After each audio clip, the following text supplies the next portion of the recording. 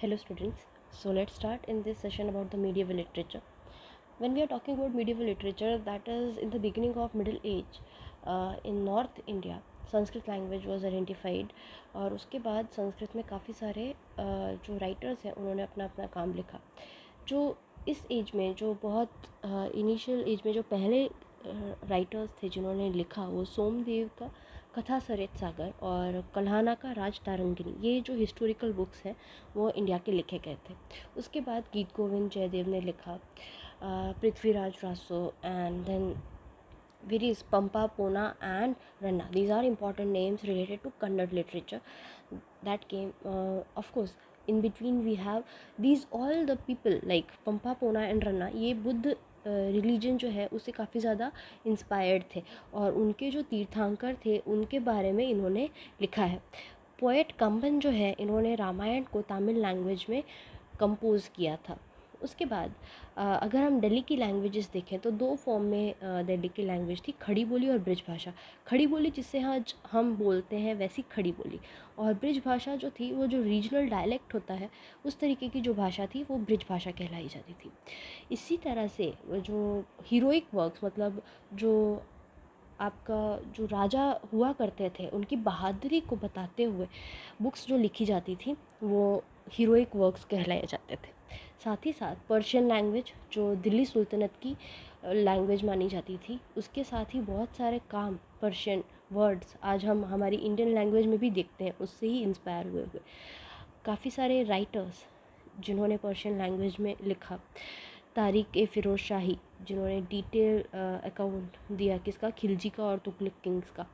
उसके बाद हमने देखा कि आमिर खुसरो के बारे में 2 मार्क में क्वेश्चन आता है। His contribution is asked. The specification about Amir Khusro is that he was a poet, historian, mystic saint. He was the composer of music and also he was the disciple of Nizamuddin Aulia. उन्होंने आशिका, ना, cipher, किरातुल सदायन, खजानुल फतह, ये सारी उनकी poetry के काम थे। वो इंडिया को अर्थली पैराडाइज मानते थे। वो कहते थे अगर धरती पर कहीं स्वर्ग है तो वो यहीं है, यहीं है, यहीं है। इंडिया को वो बहुत ज़्यादा पसंद करते थे। ये वो ज़रूर मानते थे कि जो हिंदुज़म का जो एसेंस है वो इस्लाम से बहुत ज़्यादा मिलता जुलता है, और इसीलिए हिंदावली जो कि दिल्ली के आसपास के रीजन में बोली जाती है हिंदी, उसे वो अपनी मदर टंग मानते थे और उसमें ही उन्होंने अपने काफ़ी सारे वर्सेस भी कंपोज़ किए थे। बहुत सारे बाईलैंग्वेज क्वेट्रेंस, चौपाई 4 लाइन वाले जो होते हैं उन्हें क्वाट्रेंस कहते हैं। बाईलिंगुअल 2 लैंग्वेजेस में एक साथ, हिंदी और पर्शियन, राइट। सो वो उन्होंने लिखे थे और काफ़ी सारे लोग उसे इंस्पायर भी हुए थे आगे। बहुत सारे कबीर जैसे पोएट इस टाइम पे हुए। भोजपुरी और अवधी डायलेक्ट फेमस हुआ था उस टाइम पे। कबीर के जो दोहे हैं वो साधु खड़ी में किए गए थे, बोले गए थे, लिखे गए थे। मलिक मोहम्मद जैशी उन्होंने पद्मावत लिखी थी अवधी में। उसके बाद रामचरितमानस तुलसीदास ने लिखी थी अवधी में। ये सारी तो बातें हो गई हिंदी लैंग्वेज की।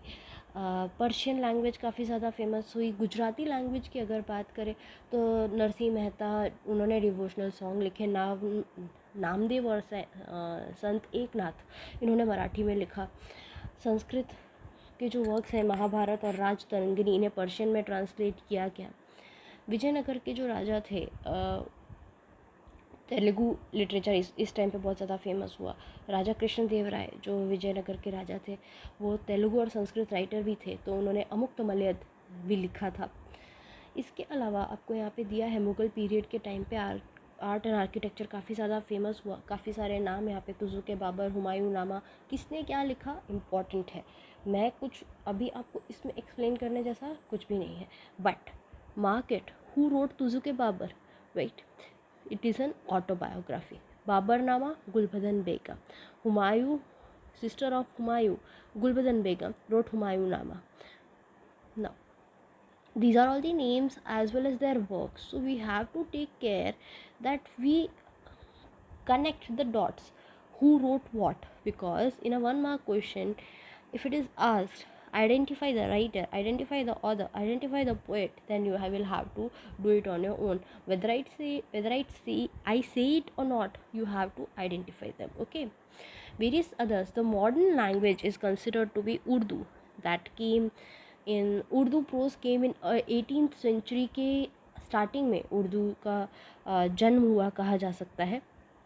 यहाँ पे बहुत सारे जो हमारे काम थे संस्कृत लैंग्वेज में, उन्हें उर्दू में ट्रांसलेट किया गया, और उसी टाइम पे उर्दू के ओरिजिनल काम भी लिखे गए, जैसे कि दरबार अकबरी, ये उर्दू लैंग्वेज का बेस्ट वर्क माना जाता है। तो ये तो बात हो गई मीडिएवल लिटरेचर की, जो कि कई बार 4 मार्क क्वेश्चन में पूछा जाता है। आगे हमें एंशिएंट यूनिवर्सिटीज़ के बारे में देखना है, जो कि हम नेक्स्ट सेशन में देखेंगे। तब तक के लिए take care, bye bye all of you.